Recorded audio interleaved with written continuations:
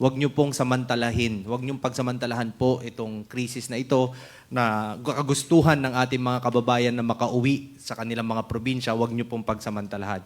Dahil hindi po kami magdadalawang isip na suspindihin or kanselahin ang inyong mga prangkisa pag amin pong napatunayan na nagtaas kayo ng pamasahe hindi pa naman dapat. Kasi po kanina may report ang PITX that there are 5 bus companies na illegally nagtaas daw ng pamasahe. Tapos ni-report na raw po ng PITX sa LTFRB what are the actions na lang din po and assurance that this ma-actionan talaga siya. Opo, nakarating na nga po yun at i-issue po namin yung aming SHOCOS po dito sa identified na bus operator po. Dahil utos po ng Presidente na wag pong i-implement yung amin pong fare increase. That's why dapat po hindi nila i-implement yun.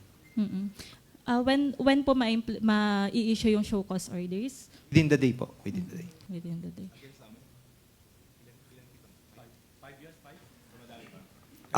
May mga reports pa po na diretso rin naman sa amin at hinihingi namin yung mga tickets lang para may patunay kami na meron talagang nagtaas.